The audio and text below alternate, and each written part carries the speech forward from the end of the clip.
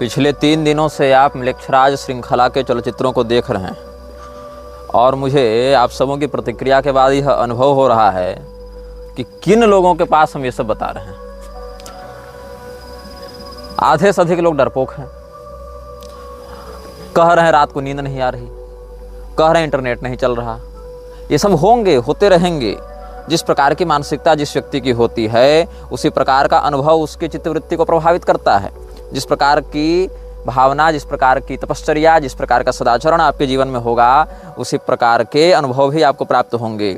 लेकिन एक बात है कि चलचित्रों को देखने वाले 80% लोगों ने नकारात्मकता का प्रत्यक्ष अनुभव किया है। एक कोई सज्जन कह रहे थे कि मैं बड़े हॉरर पॉडकास्ट इत्यादि देखता हूँ, मैं हॉरर मूवीज देखता हूँ जिसमें बड़े खतरनाक बैकग्राउंड म्यूजिक और ये एडिटिंग वगैरह होती है, लेकिन वैसे नकारात्मकता का अनुभव नहीं हुआ उनमें जैसी नकारात्मकता का अनुभव हमको इस श्रृंखला में हो रहा है। कुछ लोग ये कह रहे हैं कि तुम कहाँ वेद पुराण शास्त्रों को छोड़ के ये बाइबल इत्यादि के चक्कर में पड़े हो। देखो भाई, मैं बाइबल की जेनेसिस को प्रमाणित करने के लिए चलचित्र नहीं बना रहा हूँ। दूसरी बात यह है, मैंने बाइबल के जॉन का संदर्भ केवल ईसा को कोट करने के लिए दिया था। अब ईसा की कोई बात है, पैगंबर की कोई बात है, तो उसके लिए बाइबल और कुरान को कोट करना पड़ेगा ना, रेफरेंस देना पड़ेगा ना वहाँ से कि उसने क्या कहा था। और कुछ लोग तो इतने होशियार हैं कि कह दिया कि ईसा नाम का कोई व्यक्ति नहीं हुआ था। ये भी एक अतिवादिता है इतिहासकारों की, जिसमें सीधे सीधे कह देते हैं कि ईसा नाम का कोई व्यक्ति ही नहीं हुआ था। ये तो कॉन्टेस्टिन ने ईसा के मरने के 300 साल के बाद एक फर्जी काल्पनिक चरित्र गढ़ दिया।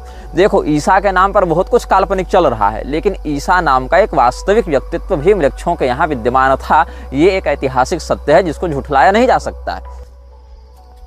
बुक ऑफ इनोक में और बुक ऑफ तोरा में, जिसके अंतर्गत 24 प्रकार की पुस्तकें भी सम्मिलित हो जाती हैं, यही सब पश्चिमाम न्याय के अंतर्गत आने वाले बहुत से भूत, प्रेत, बेताल इत्यादि की सिद्धि का और उनके स्वरूप का, उनकी उपासना पद्धति का वर्णन मिलता है। अब अगर हमको उनके बारे में बताना होगा तो हम कहाँ से वेद पुराण शास्त्र से बताएंगे। यही कामाख्या क्षेत्र में कितने साबर मंत्र सिद्ध किए जाते हैं।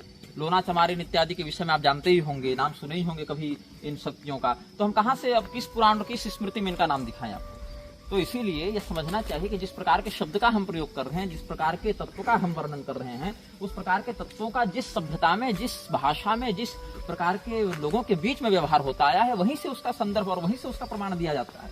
तुमको क्या लगता है, बिना पैशाचिक शक्ति के ही 5-5 अरब मलेच्छ पूरे विश्व में घूम रहे हैं, 6 अरब मलेच्छ घूम रहे हैं और तुम्हारे अंतस चेतना पर इतना प्रभाव डाल चुके हैं कि फुल पैंट शर्ट पहन के खड़े खड़े मूत रहे हो और स्त्रियां जो है शादी से पहले गर्भपात कराए घूम रही हैं बिना पैशाचिक शक्ति के। तुमको लग रहा है अब इससे ज्यादा क्या प्रमाण दे तुमको कि गली गली में रील बनाकर लड़कियां जो है सो नाच रही हैं और व्यभिचार फैला रही हैं। इतनी अंदर की मानसिकता तक प्रभाव पड़ जा रहा है। क्यों पड़ रहा है? बिना किसी पैशाचिक शक्ति के। तो जिस पैशाचिक शक्ति के माध्यम से ऐसा हो रहा है, उसका जहां जहां संदर्भ जिस प्रकार से प्राप्त होगा, चाहे अधीत परंपरा से, चाहे अनुभूत परंपरा से, हम उसका वर्णन करेंगे।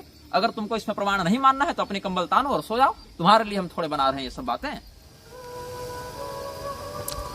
कुछ लोग यह भी कह रहे थे कि तुम ये क्या हॉलीवुड की कहानी लेकर बैठ गए हो। देखो भाई, हॉलीवुड की कहानी से प्रेरित होकर मैं मलेच्छराज श्रृंखला को नहीं बना रहा हूँ। मलेच्छराज से प्रभावित होकर हॉलीवुड की फिल्में बनती हैं। दोनों बातों को समझो।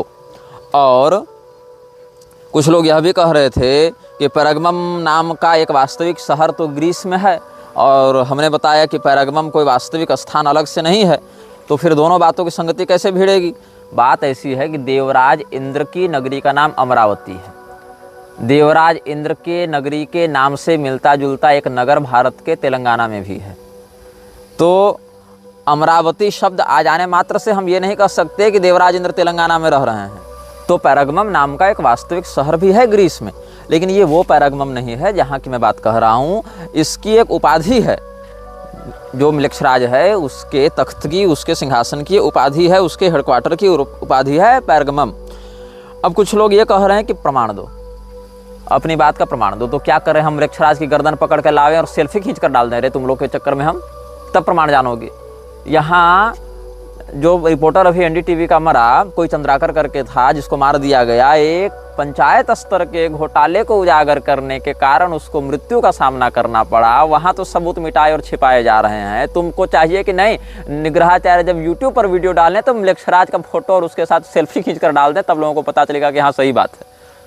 क्या ऐसी नालायक की बुद्धि है। और सुनो, ये कोई हम पैसा कमाने के लिए और सेंसेशन क्रिएट करने के लिए नहीं बना रहे हैं। कोई भी अगर तुम मुझे कंटेंट क्रिएटर ही मानकर चलते हो, उसी रूप में देखना चाहते हो, तो कोई भी कंटेंट क्रिएटर अपने वीडियो को डालने के बाद तुरंत यह नहीं कहता है कि इसको पहले डाउनलोड करके रीअपलोड करो, कोई नहीं कहता है। जबकि आप दूसरे के कंटेंट को अगर रीअपलोड करेंगे तो कॉपीराइट भी लगाते हैं लोग, चैनल उड़ाते हैं। तो तुमको अभी समझ में नहीं आ रहा है कि मैं ये काम क्यों कर रहा हूँ। मैंने जितने संदर्भ दिए, लोग कह रहे हैं कि बाइबल से क्यों बता रहे हो, कुरान से क्यों बता रहे हो, यहूदियों से क्यों बता रहे हो, तो पारसियों से क्यों बता रहे हो। देखो, ये एक बहुत ही कटु सत्य है कि भारत में पिछले 1000 वर्षों से इन्हीं पुस्तकों के अनुयायियों ने शासन बहुत प्रभावी रूप से किया है और हमारी संस्कृति को अपूरणीय क्षति पहुंचाई है। तुम उनकी सत्ता और उनकी शक्ति की अपेक्षा आंख मूंद कर नहीं रख सकते हो कि हम आंख बंद कर दिए तो ये सब समस्याएं टल जाएंगी। बिना किसी विशेष शक्ति के सहयोग के, बिना किसी बड़ी ताकत के सहयोग के, क्या लगता है तुमको कि 1000 साल ये लोग शासन कर जाएंगे? इतने गहराई से न्यायपालिका में, अर्थव्यवस्था में, व्यापार में, संस्कृति में, शिक्षा में घुसपैठ कर लेंगे। वो शक्ति जो इन सबको नियंत्रित कर रही है, वो मृक्षों की शक्ति जहाँ जहाँ वर्णित होगी, जिस रूप में वर्णित होगी, वहाँ वहाँ से ही उसका संदर्भ दिया जाएगा ना भाई।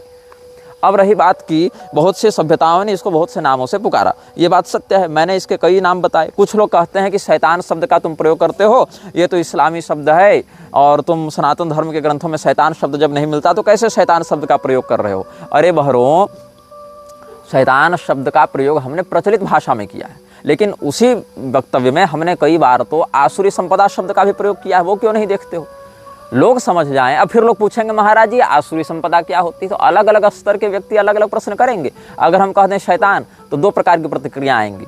एक व्यक्ति समझ जाएगा मैं क्या कहना चाह रहा हूँ, दूसरा व्यक्ति कहेगा कि शैतान शब्द तो संस्कृत का नहीं है, तुम कैसे बोल रहे हो। अब अगर मैं कह दूँ आसुरी संपदा तो भी 2 प्रकार के लोग आ जाएंगे। एक जो इसका अर्थ समझ लेंगे वो, और दूसरे वो व्यक्ति जो कहेंगे महाराज जी आसुरी संपदा का क्या अर्थ होता है। तो इसीलिए एक एक व्यक्ति की निजी मानसिक स्थिति और स्तर के आधार पर हम वक्तव्य नहीं दे रहे हैं। हमको जो कहना है वो हम कहेंगे, और जो कह रहे हैं बिल्कुल अनुभव अध्ययन के साथ कह रहे हैं। ये नहीं कि कोई काल्पनिक फैंटेसी और कोई ये पॉडकास्ट देखकर और किसी वेब सीरीज की नकल करके कह रहे हैं, ऐसा नहीं है। अभी हमारे कक्ष में अगर हम वीडियो दिखा दें तो सैकड़ों ग्रंथ पढ़े हुए हैं, सैकड़ों पुस्तकें, सैकड़ों देशी विदेशी लेखकों की सारी बातें पढ़ी हुई हैं, कहाँ पर क्या है। और उनमें से बहुत कुछ बातें तो काल्पनिक हैं, बिल्कुल हैं, लेकिन बहुत कुछ बातें सत्य भी हैं। जैसे कि बहुत से लोग कड़ी स्वयं जोड़ रहे हैं। एक मैं उदाहरण दूं, कुछ लोग हस्तर का नाम सुनकर कह रहे थे, एक व्यक्ति ने कमेंट किया था कि हस्तर की जो कहानी है वो किसी मराठी लेखक, नारायण नाम के मराठी लेखक से ली गई है, और उस मराठी लेखक ने भी किसी अंग्रेजी लेखक के उपन्यास से उसको ग्रहण किया था, उस भावना को। तो कुल मिला के ये कड़ियाँ वापस म्लेच्छराज तक ही जाकर जुटती हैं। अब कुछ लोग बता रहे थे कि मैंने जो कहा था जॉन का रेफरेंस देते हुए कि जीसस पर म्लेच्छराज प्रभाव डालने आया था, उस समय तत्कालिक रूप से नहीं डाल पाया था उतना प्रभावी रूप से। तो इसका कारण यह है कि इस्लाम के प्रवर्तक के जीवन में जितना खून खराबा और बलात्कार और इस प्रकार के आतंक की बाहुल्यता देखने को मिली है, उतने आतंक की बाहुल्यता ईसा के निजी जीवन में नहीं थी। इसीलिए ईसा जो है वह म्लेच्छ होने के बाद भी पैगंबर की तुलना में सौम्यतर म्लेच्छ था। इसीलिए उसकी मानसिकता का भेदन करने में म्लेच्छराज उतने प्रभावी रूप से तात्कालिक दृष्टि से सफल नहीं हुआ जितने की उससे अपेक्षा थी। इसीलिए तो 300 साल अपनी शक्ति को जगाता रहा। और यह चिंतनीय यह भी है कि एक और कोई हमको बता रहे थे कि इन्होंने लिखा है कि आपने जो जीसस पर प्रभाव डालने की बात कही उसका वर्णन एक चलचित्र नेफ्रियस में भी मिलता है। देखो, मैंने नेफ्रियस देखी नहीं है और उम्मीद कम है कि मैं देखूंगा।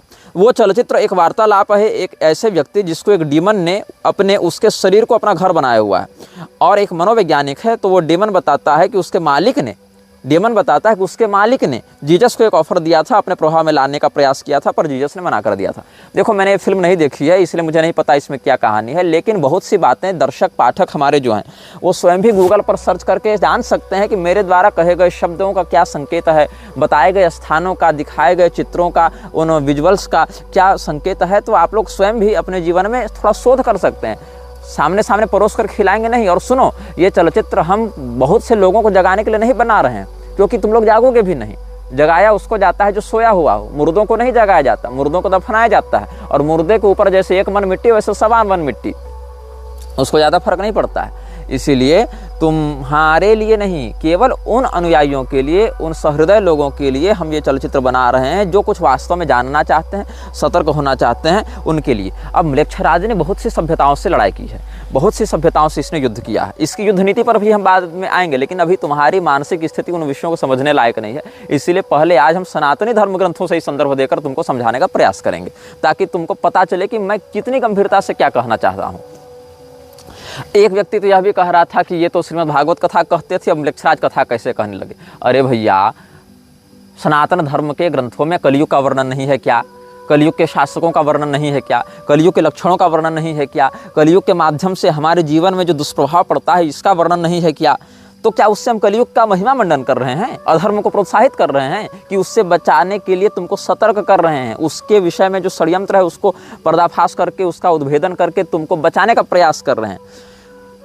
तो म्लेच्छराज अलग अलग सभ्यताओं से टकराया और अलग अलग सभ्यताओं को जब उसने अपने वश में करना प्रारंभ किया, वहाँ अलग अलग भाषाओं को बोलने वाले लोग रहते थे, उसने उसके लिए अलग अलग शब्दों का प्रयोग किया। तो कहीं पारसी सभ्यता ने कुछ कहा, कहीं यहूदियों ने कुछ कहा, कहीं मुसलमानों ने कुछ कहा, कहीं ईसाइयों ने कुछ कहा, कहीं बौद्धों ने कुछ कहा।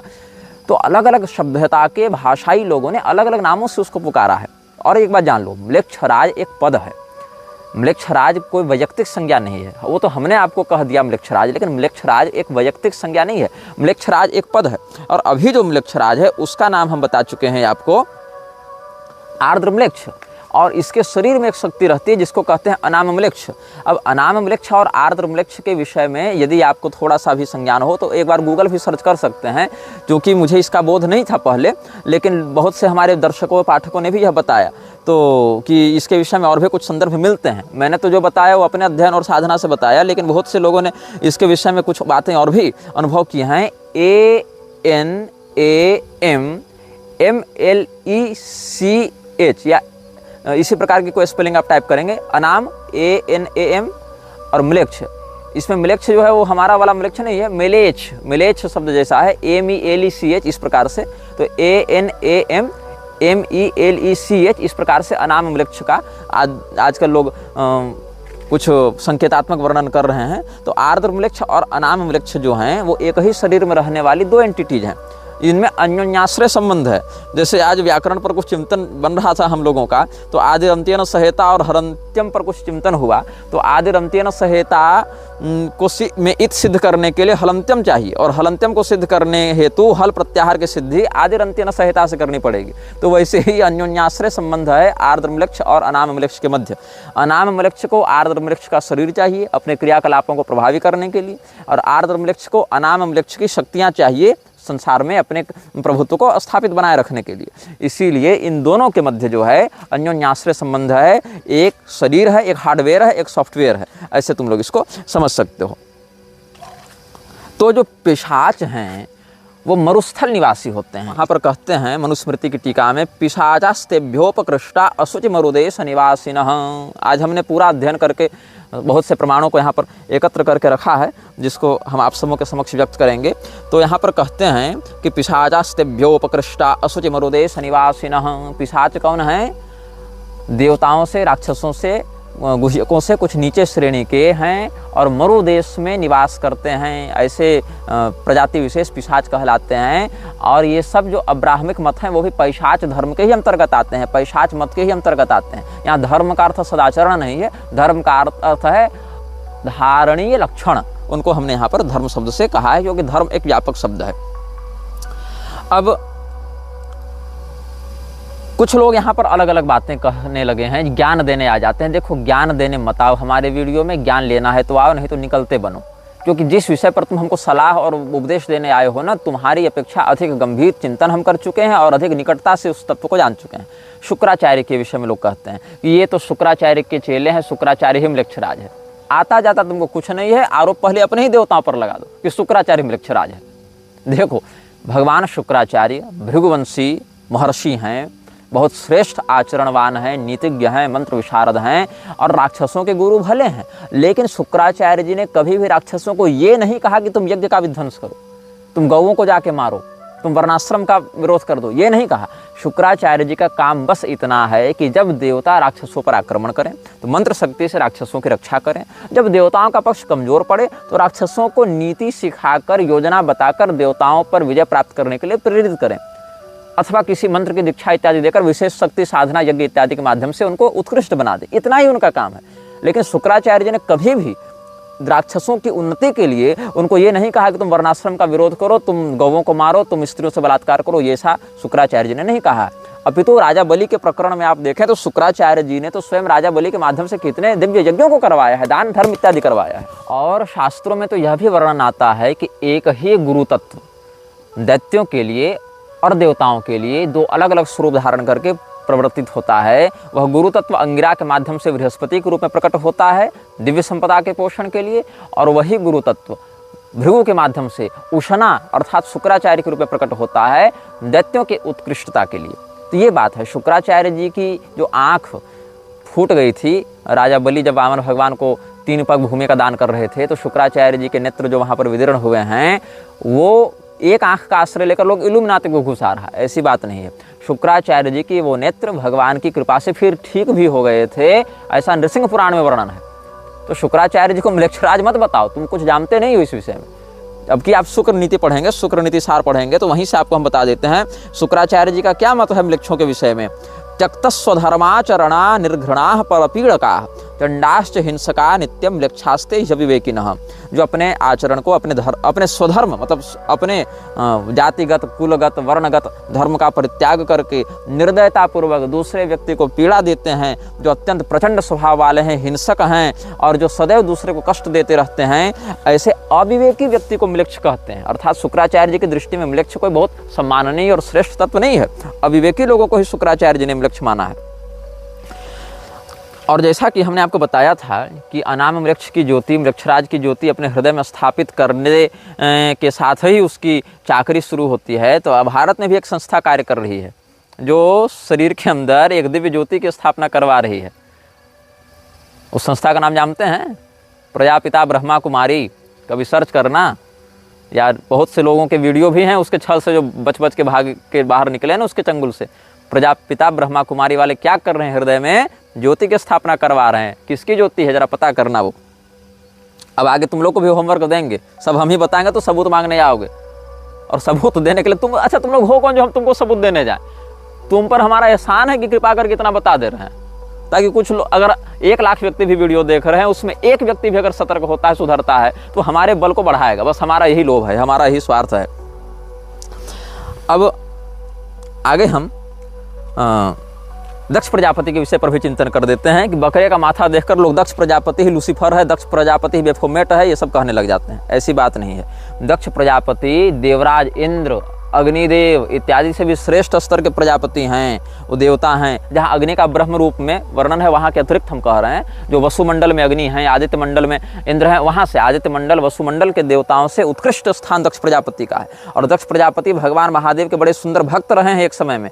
वो तो भगवती के रोष के कारण, भगवती के निर्माल्य के तिरस्कार के कारण उनको शिवद्रोह वाली मति आ गई, इसीलिए भगवान महादेव ने थोड़ा उनको अनुशासित कर दिया, बस इतनी सी बात है। और बकरे का माथा उनके माथे में लगा दिया, लेकिन वह बकरे का माथा भी पुनः ठीक हो गया था जब प्रचेता के पुत्रों के रूप में दक्ष प्रजापति ने अपना पुनर्जन्म लिया है। और दक्ष प्रजापति स्मृतिकार भी हैं, दक्ष स्मृति है उनकी। स्मृतिकार मतलब भारतीय जो मानवीय सभ्यता है, वृक्षों पर तो हम विवेक का विश्वास नहीं कर सकते, लेकिन जो भारत भूमि की पवित्र भारतीय प्रजा है, जो हमारे सनातन धर्मावलंबी हैं, उन लोगों के लिए धर्म का क्या अनुशासन है, इसको व्यक्त करते हुए जो स्मृतियों की बात आती है सनातन धर्म में, उन स्मृतियों में से एक स्मृति भगवान दक्ष की भी है। इसलिए दक्ष प्रजापति म्लेच्छराज नहीं है, इल्यूमिनाती नहीं है। ये सब जो दिव्य शक्तियां हैं, इनको तुम केवल आजकल के पॉडकास्ट वाले कॉन्स्पिरेसी थ्योरिस्ट के साथ जोड़कर भ्रमित मत हो जाओ। कुछ लोग यह भी कह रहे थे कि असूर्या जो है, असूर्या नाम तेलो काम धेन तमसावृता, ये भी एक अच्छा लिंक वो जोड़ रहे थे। खैर, अब कुछ लोग कह रहे हैं कि किलवी से ही म्लेच्छराज है कि आप देखो शक्तिमान उठा कर ले आए। मतलब ऐसे ऐसे लोग प्रश्न कर रहे हैं। देखो, सभी प्रश्नों का उत्तर समयानुसार मिलेगा। तुम्हारे कहने मात्र से हम जो 100 श्रृंखला तक जा सकता है जो विषय, हम तुम्हारे कहने से कमेंट टाइप करके सबको नहीं बताते रहेंगे ना। देखो, संस्कृत में जो है किलविश शब्द पाप का पर्यायवाची है। जैसे पाप है, अघ है, वैसे ही दुष्कृत है, वैसे ही कलमश, किल्विश और कश्मल, ये सब शब्द जो हैं वो पाप के पर्याय हैं। तो पाप के बाहुल्यता से कलयुग बढ़ता है, पाप ही कलयुग का स्वभाव है, और पाप का पर्याय है किल्विश। तो इस प्रकार से कह दिया गया कि तमराज किल्विश। ऐसे तमराज किल्विश तो काल्पनिक चरित्र हो गया, लेकिन ठीक है, अगर म्लेच्छराज को समझना चाहते हो तो प्रारंभिक बालकों के लिए वो भी सही है। लेकिन किल्विश शब्द संस्कृत में पाप का पर्याय, किल्विश, कलमश और कश्मल, ये सब शब्द पाप के पर्याय हैं। अब लोग ये कह रहे थे कि भारत में म्लेच्छराज कहाँ रहता है, इसके विषय में तुमने बताया नहीं। देखो, भारत में आया था म्लेच्छराज, और म्लेच्छराज भारत में एक ही स्थान पर विशेष करके अपना प्रभाव जमा पाया। उस स्थान में दिव्य मंत्रों का प्रयोग करके, जैसे किवाड़ लगाते हैं ना, ग्रिलिंग करते हैं, किवाड़ से किसी चीज को बांधते हैं, सांकल लगाते हैं, तो मांत्रिक लोहे के सांकलों से उस स्थान को देवताओं ने कीलित कर दिया। उसको कहते हैं लोहारगल तीर्थ। और लोहारगल तीर्थ में जो है भगवान वराह उस म्लेच्छराज को कैद करके रखे हुए हैं। उसकी शक्ति को, वो तो कोई ऐसा नहीं कि एक जगह शरीर में बंद कर दिए तो बंद हो गया, मतलब उसके जो ऊर्जा केंद्र हैं, जो उसके मेन पावर हाउस हैं, सर्वर्स हैं, पावर ग्रिड्स हैं, उनमें से एक पावर ग्रिड भारत में लोहारगल तीर्थ में है। तो वराह पुराण में भी इसका संकेत आपको प्राप्त हो जाएगा, जहां पर भगवान वराह ने पृथ्वी देवी को बताया है कि देखो वहां म्लेच्छराज का स्थान है, और उस स्थान को छोड़कर मैं कहीं जाता नहीं हूं, मतलब उसका वहां पर मैं बंधन करके रखा हुआ हूं। स्थानम लोहारगलम नाम म्लेच्छराज समाश्रितम क्षणम चापि न मुंचामि एवमेतन न संशय। ये वराह पुराण में बताया जा रहा है। तुमको लग रहा था कि हम केवल फैंटेसी स्टोरीज बता रहे हैं, अभी तुमको अंदाजा नहीं कि हम क्या बता रहे हैं और उसका आगे क्या विषय कहाँ जुड़ने वाला है। अब इसमें यह समझ में आना चाहिए कि म्लेच्छराज शब्द यहाँ केवल अहिर्मान या आर्द्रम्लेच्छ या अनामम्लेच्छ के लिए नहीं है। म्लेच्छराज एक पद है। किसी समय इस पद पर कालेवन भी बैठा, किसी समय इस पद पर जो लोहिताक्ष है वह भी बैठा। मतलब ये गद्दी है, ये एक थ्रोन है, और जो भी उतने स्तर का पापी होता है, उतने स्तर का प्रभुत्वशाली होता है, वो कभी न कभी इस म्लेच्छराज की गद्दी पर बैठता है और उसकी शक्तियों का आस्वादन करता है। तो हम आपको अब यहाँ से कुछ सनातनी संदर्भ देते जाएंगे, जिसको बहुत ध्यान से आप सुनिएगा। अभी तो म्लेच्छराज का दामाद भारत का राजा बनने वाला है, अभी तुरंत नहीं बनेगा, लेकिन भारत के एक राजा से म्लेच्छराज अपनी बिटिया ब्याहने वाला है, और सारे कुछ हम प्रमाण के साथ तुमको बताएंगे। सबसे पहले हम तुमको बताएंगे युग पुराण से। युग पुराण गर्ग मुनि का लिखा हुआ एक बहुत प्राचीन ग्रंथ है। अच्छा, उससे पहले बताता हूँ भगवान श्री रामचंद्र जी के समय म्लेच्छराज था कि नहीं। भगवान श्री रामचंद्र जी के समय भी एक म्लेच्छराज था, जिसने राजा दशरथ पर आक्रमण किया था, लेकिन राजा दशरथ ने उसको पराजित करके भगा दिया था। बाद में म्लेच्छराज वापस आया नहीं, और म्लेच्छराज जब वापस आया तब कौन सा समय चल रहा था? भगवान श्री रामचंद्र जी वनवास में थे, और उन्हीं के भाई भरतलाल जो हैं वो भगवान के आगमन की प्रतीक्षा में थे। भगवान की चरण पादुकाएं अयोध्या जी की गद्दी पर प्रतिष्ठित थीं। तो म्लेच्छराज ने सोचा कि अभी तो राजा दशरथ परलोक जा चुके, और राम जी जंगल में हैं, लक्ष्मण जी जंगल में हैं, भरत जी जो हैं वो मतलब तपस्या में हैं, भगवान के विरह में आतुर हैं, शत्रुघ्न जी अकेले कितना संभालेंगे, अभी सही समय है आक्रमण करने का। तो सुनो, भुषुंडी रामायण के दक्षिण खंड में इसका वर्णन मिलेगा। अध्याय नहीं बताऊंगा, तुम खुद खोजना, सब कुछ थाली में परोस कर तुम्हारे मुंह में खिलाऊंगा नहीं, कुछ स्वयं अध्ययन करो, और नहीं करना है तो मेरी बात का विश्वास करो कम से कम, नहीं तो फिर यही तुम लोग आलसी और प्रमादी हो जाते हो, अविश्वासी हो जाते हो।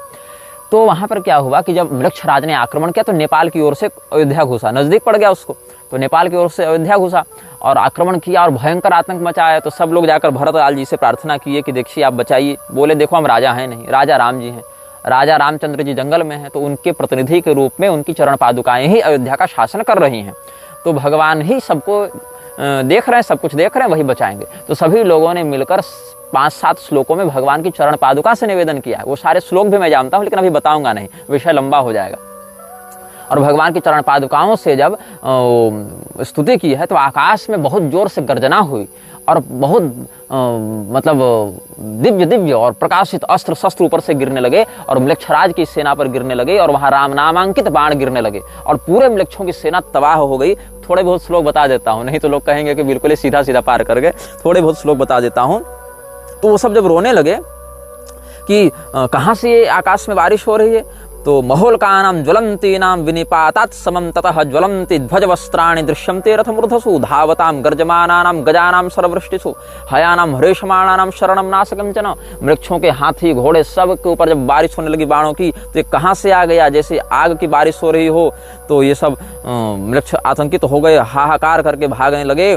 तो केचिदास्कस्मिक वृष्टिमायुधानां समं ततः समालोक्य सुवित्रेषु हताः स्मृतिवादिनः, हाय हम मारे गए, हम मारे गए, ऐसा कहते हुए मृक्षराज के सारे सेनापति और सारे सैनिक मर गए। कुछ भाग गए और कुछ तो भगवान श्री रामचंद्र जी के नाम को लेते हुए और दुहाई लगाते हुए, राम जी की दुहाई लेते हुए भाग गए और कहा कि नहीं नहीं, हम अयोध्या पर आक्रमण नहीं करेंगे। तब सबों ने सोचा कि भाई कहाँ से ये बाण वृष्टि हुई। तब कहा गया राम जी की चरण पादुका केवल 100 पीस में म्यूजियम में थोड़े रखी हुई है, वो मतलब राम जी स्वयं बैठकर शासन कर रहे हैं, तो इसीलिए अब हम कभी अयोध्या पर आक्रमण नहीं करेंगे, ऐसा वो मृक्ष राज के सैनिक कहते हुए भाग गए हैं। तो सुन लो, 3-4 श्लोक उदाहरण के लिए दे देता हूँ। केचित् दैव कृतं मत्वा कदनं घोरमात्मनः इतो नैवं करिष्याम इत्याभाष्य विनयश्री नष्टेषु म्लेच्छराजस्य सैन्येषु सह नायकैः मृते च राक्षसानीके शेषाः केचिद् विदुद्रुवुः गृहीतवैशसाः केचिद् राजानः परपक्षकाः भग्न संकल्प संयोगा दुद्रुवः समराजिरात्। और भी बहुत से राजा लोग आए थे ना अयोध्या पर आक्रमण करने के लिए, तो वहाँ पर सब लोग मतलब भग्न संकल्प हो गए। मृक्षराज के अधीन होकर जितने राजा लड़ने आए थे कि हम भी अयोध्या वालों से लड़ेंगे, हम भी लड़ेंगे, वो सब भाग गए। अब सुनो, धर्मशास्त्र का इतिहास जो है, जो वीपी काणे जी ने लिखी थी, हालांकि उनके एक लिखन में बहुत कुछ हमने त्रुटियां पाई हैं, लेकिन इस विषय में उन्होंने अच्छा लेखन किया युग पुराण के विषय में, जहां पर वो कहते हैं कि शूद्र लोग प्रणव के साथ आहुति डालेंगे और उस समय अमलात नाम का या आम्राट नाम का एक मृक्षराज होगा, उसकी लाल लाल आंखें होंगी। हमने जो अनाम वृक्ष का चित्र डाला था उसके भी लाल लाल आंखें थी बहुत ज़्यादा, वो उसका वैसा ही वर्णन प्राप्त भी होता है और अनुभव में भी देखा जाता है। तो ये इन्होंने युग पुराण के विषय में भी लिखा है, वहाँ से भी हम आपको संदर्भ देंगे। और एक संदर्भ हम आपको देंगे, यदि आपको पता होगा, पंडित गोपीनाथ कविराज के विषय में, बहुत अच्छे साधक, बहुत अच्छे विद्वान, बहुत परंपरागत सम्मानित अध्येता रहे हैं सनातन धर्म में, और बहुत पुराने भी नहीं हैं, 2 पीढ़ी पहले के हुए हैं हमारी पीढ़ी से देखें तो पंडित गोपीनाथ कविराज जी जो हैं, महामहोपाध्याय भी उनके नाम के आगे लगता था, बड़े प्रसिद्ध विद्वान रहे। उन्होंने तांत्रिक साहित्य नाम का एक संकलन ग्रंथ लिखा था, जिसमें तंत्र ग्रंथों का परिचय लिखा था। उसमें उत्पत्ति तंत्र के अंतर्गत उन्होंने मृक्षराज का वर्णन किया है, संकेतात्मक किया है कि मृक्षराज का काल कैसा है, क्या है, इस प्रकार से उन्होंने वर्णन किया है। तो उत्पत्ति तंत्र का जहाँ पर वर्णन कर रहे हैं तांत्रिक साहित्य के पृष्ठ 77 में, वहाँ कह रहे हैं मृक्षराज का काल कथन, इस प्रकार से उन्होंने उसमें अनुभाग दिया है। अब हम आपको बता रहे हैं, अच्छा, बृहत पाराशर होरा शास्त्र में भी एक योग बनता है। उस योग में जिस व्यक्ति का जीवन फंसता है, विशेष करके मृक्षराज केतु की जिसकी उत्कृष्ट दशा होती है, उसको अपने वश में करने का प्रयास करता है और उसको बहुत पुरस्कृत करता है। इसका भी एक आपको हम प्रमाण दे ही देते हैं बृहत पाराशर होरा शास्त्र से भी। थोड़ा आपको मैं श्लोक बता देता हूँ। क्षमा कहते हैं पृथ्वी को, क्षमापति कहते हैं राजा को, भूपति, क्षमापति, क्षमा और क्षमा दोनों शब्द हैं। तो क्षमापति मतलब राजा, भूपति, तो म्लेच्छ क्षमापति, म्लेच्छ क्षमापति मतलब मृक्षराज। तो संस्कृत का जो अध्ययन करते हैं, पर्यायों को समझते हैं, वो समझ जाएंगे मैं क्या कह रहा हूँ। तो श्लोक देखिएगा, केतु भुक्ति महादशा वर्षाणी, वहाँ फल देखिएगा, केतुत्कृष्ट दशा करोति विजय क्रूर क्रियार्थागमम म्लेच्छ क्षमापति लब्ध भाग्य कवन प्रारंभ शत्रुच्छयान केतु पाप दशाति कष्ट विफलानर्थ क्रिया योग हृच्छूला स्थित ज्वर कंपन द्विजन द्वेषाति मूर्ख क्रियान। केतु की उत्कृष्ट दशा में विजय, क्रूर कर्म से धन प्राप्ति और मृक्षराज से भाग्य वृद्धि और शत्रुनाश होता है। ऐसा पूर्व खंड के 32वें अध्याय में, मतलब 32वें अध्याय में केतु भुक्ति महादशा वर्ष का जहाँ फल बता रहे हैं पराशर मुनि, वहाँ कहते हैं कि जिसकी ऐसी दशा होती है, क्रूर कर्म से धन प्राप्त करता है और मृक्षराज की कृपा से उसके भाग्य में बड़ी सुंदर वृद्धि होती है, बड़ा भाग्य उसका चमक जाता है। तो सोच लो कि केवल तुम जो कहते हो ना कि फैंटेसी सुना रहे हैं, अरे मूर्खों, फैंटेसी सुनाने के लिए हम यहाँ नहीं बैठे हैं। बात मानना है मानो, नहीं मानना है तो रसातल जाओ। कुछ लोग कह रहे थे कि मृक्षराज तो तुम्हारी कल्पना है। सुनो, बड़ी गंभीरता से समझा रहा हूं। मृक्षराज भी यही चाहता है कि तुम उसे काल्पनिक समझो, क्योंकि जब तक तुम उसे काल्पनिक समझोगे तब तक उसका बल बहुत निर्बाध और निष्कंटक रूप से अभिवृद्धि को प्राप्त होता रहेगा। अब हम युग पुराण की चर्चा कर रहे थे। युग पुराण पर हम बात आते हैं। उस समय एक म्लेच्छराज का यहाँ पर वर्णन मिलता है जिसका नाम था आम्राट, और उसकी आंखें बड़ी लाल थी, इसलिए उसको लोहिताक्ष भी कहते थे। तो ततो रणे धनु मूलो भविष्यति महाबलः आम्राटो लोहिताक्षेति पुष्पनामं गमिष्यति सर्वे ते नगरं गत्वा शून्यमासाद्य पर्वतम, और अर्थलुब्धाश्च सर्वे भविष्यन्ति महाबला। जितने भी लोग उस समय होंगे वो अर्थलोलुप होंगे, क्योंकि म्लेच्छराज पैसा बहुत दे देता है तो लोग अर्थलोलुप हो जाते हैं। ततस्स म्लेच्छ आम्राटो रक्ताक्षो रक्त वस्त्रभृत, लाल रंग का कपड़ा पहने हुए लाल रंग की आंखों वाला वह म्लेच्छ राजा व नृप म्लेच्छ नृप आम्राट जनमादाय विवशम परम उत्सादयति, लोगों को बलपूर्वक अपना गुलाम बनाकर बहुत कष्ट देगा। और वो क्या करता है, ततो वर्णांस्तु चतुरः स नृपो नाशयिष्यति, चारों वर्णों को वह व्यक्ति नष्ट करने के लिए तत्पर रहेगा। कौन? म्लेच्छ नृप, कौन सा म्लेच्छराज? जिसका नाम आम्राट है, जो लाल रंग की आंखों वाला है और जो लाल रंग के कपड़े पहनता है। वर्णान व्यवस्थितान सर्वान कृत्वा पूर्वा व्यवस्थितान आम्राटो लोहिताक्षश्च विपत्स्यति स बांधवः, लेकिन वो आम्राट भी अपने पूरे कुल खानदान के साथ मरेगा, और उस समय उसको मारने वाले राजा का नाम होगा गोपाल वर्मा। ततो भविष्यति राजा गोपालो नाम नामतः। लेकिन समस्या क्या होगी कि गोपाल वर्मा जब टकराएगा म्लेच्छराज से, तो उस समय का जो आम्राट म्लेच्छराज होगा वो तो मर जाएगा। ये गर्ग मुनि भविष्यवाणी कर रहे हैं। लेकिन राजा गोपाल भी उससे जो युद्ध होगा उसमें इतनी नकारात्मकता झेलेंगे कि वो भी बच नहीं पाएंगे, साल भर के अंदर वो भी मर जाएंगे। मतलब टकरा तो गए बहुत जोर से, मार भी दिया उसको, लेकिन उसके टकराने से जितनी शक्तियां इनके साथ अगर भिड़ी, वो जो नकारात्मकता इनके अंदर घुसी, उसने इनको भी मार दिया। तो गोपालस्तु ततो राज्यम भुक्त्वा संवत्सरम नृपः पुष्पके चाभिसंयुक्तम ततो निधनमेष्यति, और राजा गोपाल जब मर जाएंगे उसके बाद फिर एक दूसरा राजा होगा। ततो धर्म परो राजा पुष्पको नाम नामतः, जब राजा गोपाल मरेंगे तो गोपाल वर्मा अपने उत्तराधिकारी के रूप में पुष्पक नामक राजा का अभिषेक करके जाएंगे। लेकिन ये नकारात्मकता उनकी पीढ़ी पर भी असर करेगी, राजा पुष्पक भी ज़्यादा बच नहीं पाएंगे, वो भी साल भर के अंदर ही मर जाएंगे। तब उसके बाद उनके उत्तराधिकारी के रूप में अनरण्य नाम के बहुत पराक्रमी राजा होंगे। ये अनरण्य दूसरे हैं, एक राम जी के पूर्वज भी अनरण्य हुए हैं, ये दूसरे हैं। ततः स विपुलो राजा अनरण्यो महाबलः सोपि वर्णत्रयं भुक्त्वा पश्चात् निधनमेष्यति, अनरण्य जब राजा बनेंगे तब वो राजा भी 3 साल के अंदर मर जाएंगे। मतलब तीसरी पीढ़ी के जो राजा होंगे वो 3 साल के अंदर मर जाएंगे। तो मतलब कुल मिला के म्लेच्छराज को जो मारेगा उसके खानदान पर भी उसकी जो सिद्ध की हुई शक्तियां वो भी बहुत बुरा असर डालती हैं। तो ये बहुत बड़ा बलिदान होता है म्लेच्छराज से भिड़ना। यहाँ तक कि म्लेच्छराज को सीधे सीधे कलयुग का बल प्राप्त होता है ना, इसलिए भगवान कृष्ण ने भी जब कालयवन से युद्ध किया है, ऐसे सीधे तो युद्ध नहीं किया है, तो भगवान भी कहते हैं कि म्लेच्छराज भयत्रस्तो गतो द्वारवतीम पुनः। आपको ये देवी भागवत के 4 स्कंद के 25वें अध्याय में वर्णन मिलेगा, जहाँ भगवान कृष्ण भगवान महादेव जी से संवाद कर रहे हैं। वहाँ पर कहते हैं कि म्लेच्छराज के भय से हम भी द्वारका भाग गए थे। ऐसे भगवान की ये विनम्रता है शिव जी के सामने। ऐसे भगवान के सामने म्लेच्छराज क्या करेगा जी? भगवान तो अखिल कोटि ब्रह्मांड नियामक है, अनंत कोटि ब्रह्मांड नियामक है। म्लेच्छराज जैसे छोटी मोटी शक्तियां भगवान के सामने कुछ नहीं है, लेकिन फिर भी उसका प्रभाव कितना है ये दिखाने के लिए भगवान ये लीला करते हैं कि देखो कालयवन का जब आक्रमण हुआ, जरासंध से 17 बार लड़ गए, लेकिन म्लेच्छराज कालयवन जब आया था तो भगवान भी द्वारका चले गए। लोगों को उसकी नकारात्मकता से प्रभावित नहीं होने दिए, क्योंकि म्लेच्छराज बाहर से कम लड़ता है, मानसिकता से ज्यादा लड़ता है। वो आंतरिक चेतना को वशीभूत कर लेता है। दुर्योधन को कैसे वशीभूत कर लिया? सोचो कि अपने बाप दादा के सामने अपनी सगी भाभी को, मतलब घर की कुलवधू को जो नंगे करने के लिए तैयार हो जाए, उसकी मानसिकता पर कितना गलत असर होगा, आसुरी संपदा का कितना बड़ा नियंत्रण होगा, सोच लो। तो इसलिए भगवान ने कालयवन के सामने अपनी प्रजा को आने ही नहीं दिया, उसको उधर ही उधर निपटा दिया। और म्लेच्छराज भयत्रस्तो गतो द्वारवतीम पुनः, भगवान ऐसा कहते हैं। ऐसे भगवान भयत्रस्त क्या होंगे? वो तो भगवान परब्रह्म है, वो तो सबको बनाने मिटाने वाली इच्छा मात्र से विलास करने वाले परमात्मा है, लेकिन एक लोक मर्यादा को दिखाने के लिए भगवान ने ऐसा वचन कहा है।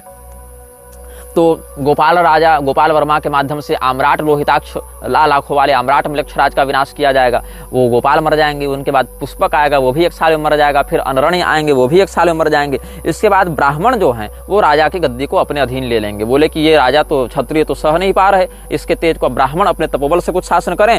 तो विकुयशा नाम का एक ब्राह्मण जो है वो बड़ा प्रसिद्ध था। तो ततो विकुयशा कश्चित ब्राह्मणो लोक विश्रुतः तस्यापि 3 वर्षाणि राज्यम हृष्टम भविष्यति। वो 3 वर्ष तक राज्य करेंगे वो ब्राह्मण, विकुयशा नाम के ब्राह्मण, और उनके राज्य में फिर जाकर ये नकारात्मकता समाप्त होगी, तब पूरी प्रजा को फिर से हर्ष होगा। ये वृद्ध गर्ग मुनि ने, जो ज्योतिष के बड़े आचार्य हुए हैं, गर्गाचार्य जी, जो कालयवन के भी पिता रह चुके हैं, और जो मुचकुंद को कहे थे तुमको भगवान का दर्शन होगा, इनको पता था ना कि मृक्षराज के आगे कौन कौन से क्या होने वाले हैं।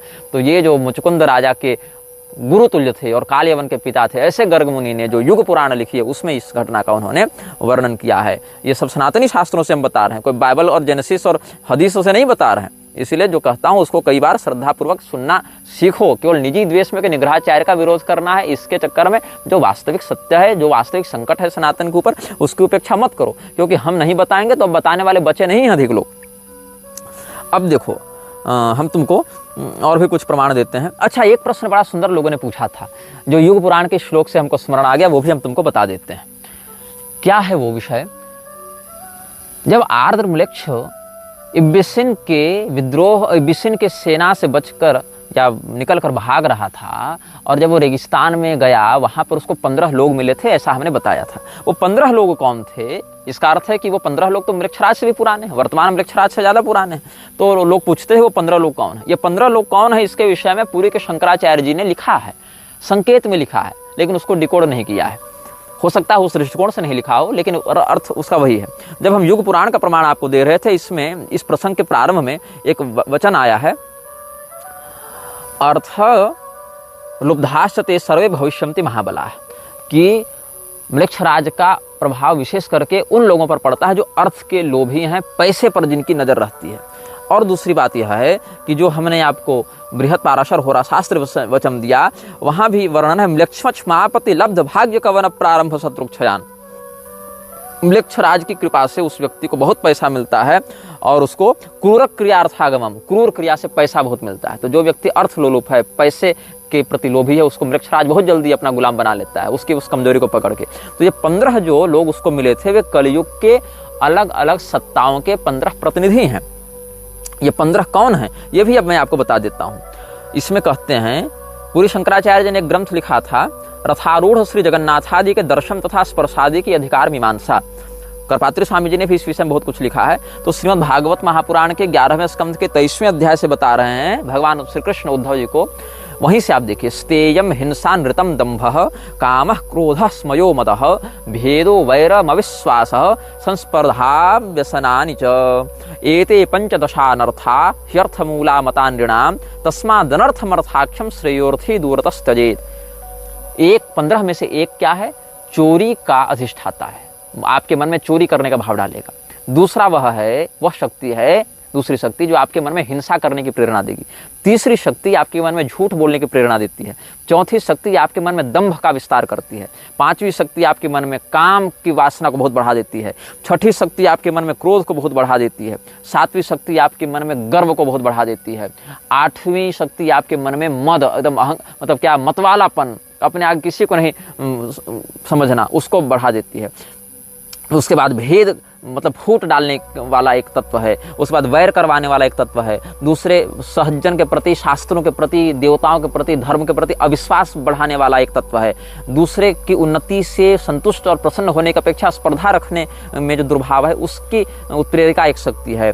स्त्रियों के प्रति अनावश्यक जो एडिक्शन होता है, स्त्रियों के प्रति जो आकर्षण हो जाता है, वो भी व्यभिचारगत दृष्टि से, वो लंपटता बढ़ाने वाली जो है वो 13वीं शक्ति है। जुआ, सट्टेबाजी, ये सब करवाने वाली 14वीं शक्ति है। और शराब, मदिरा, ड्रग इत्यादि की प्रति प्रेरित करने वाली 15वीं शक्ति है। ये भागवत महापुराण में 15 प्रकार के अनर्थ बताए गए हैं, जिनसे कलयुग बहुत अधिक बढ़ता है। और ये 15 अनर्थ रहते कहाँ हैं? तो एते पंचदशा अनर्था ह्यर्थ मूला मतान्नृणाम। ये 15 जो अनर्थ हैं वो अर्थ में वास करते हैं, इसलिए अर्थ में 15 प्रकार के अनर्थ बताए गए हैं। यही 15 प्रकार के अनर्थ की जो शक्तियां हैं, वही साकार विग्रह धारण करके आर्द्रम्लेच्छ को बचाती हैं और उसको अपना नायक बनाकर आगे अपने कार्य को बढ़ाती हैं। और इनसे होता क्या है, ये भी आगे के श्लोकों में देख लो। भिद्यम ते भ्रातरो दाराः पितरः सुहृदस्तथा एका स्निग्धाः काकिणिना सद्यः सर्वैरयः कृताः अर्थे नाल्पीयसा ह्येते संरब्धा दीप्तमन्यवः तजन्त्या सुस्पृधो घ्नन्ति सहसोत्सृज्य सौहृदम्। इन 15 में से अगर कम मात्रा में भी ये सब प्राप्त हो जाएं आपको, तो आपके भाई से आपका झगड़ा करा देंगे, आपकी पत्नी, आपके माता पिता, आपके सुहृद, ये सब के साथ आपका वैर करवा देंगे। और आप तुरंत अपने समस्त सदाचार, भाईचारा और उदारता, सहनशीलता सबको छोड़कर एकदम पिशाच के समान क्रूर हो जाएंगे। क्रूर कर्म से आप धन प्राप्त करने के लिए, प्रतिष्ठा प्राप्त करने के लिए किसी भी नीचता तक चले जाएंगे। यही जो 15 अनर्थ शक्तियां हैं वही कली पुरुष की शक्तियां हैं, और कली पुरुष की ये 15 शक्तियां ही आर्द्रमलेक्ष को बचाती हैं और उसको इतना श्रेष्ठ मतलब पिशाचों की दृष्टि में श्रेष्ठ नायक के रूप में स्थापित करती हैं। और उन्हीं 15 शक्तियों के अंश से निकला हुआ जो अनाममलेक्ष है वही उसके अंदर घुसकर उसके हार्डवेयर का, उसके शरीर का प्रयोग करके अपना सारा काम करवाता है। ऐसा नहीं है कि ये मलेक्षराज भारत पर आक्रमण नहीं किया है।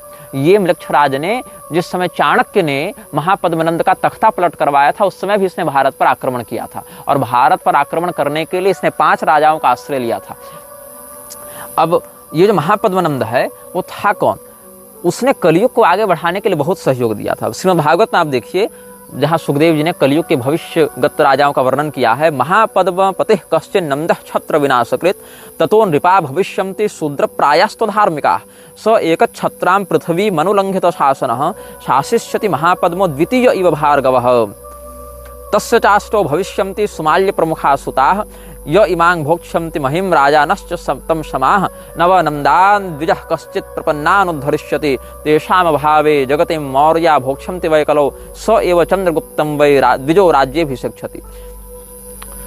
जो धर्मनिष्ठ क्षत्रियों का शासन होगा, उन क्षत्रियों के शासन को नष्ट करते हुए शूद्रा के गर्भ से उत्पन्न अधार्मिक चित्तवृत्ति वाला एक राजा होगा जिसको महापद्मनंद कहेंगे। उसके 8 सुमाल्य इत्यादि 8 पुत्र होंगे। 100 वर्षों तक राज्य करेंगे उस समय, और फिर जब सभी लोग हाहाकार मचाने लगेंगे तब कोई ब्राह्मण होगा जो उस नंद के साम्राज्य को पलटकर चंद्रगुप्त को राजा बनाएगा। अब ये ब्राह्मण कौन है? इसके विषय में वायु पुराण में, ब्रह्मांड पुराण में वर्णन है कि इस ब्राह्मण का नाम होगा कौटिल्य।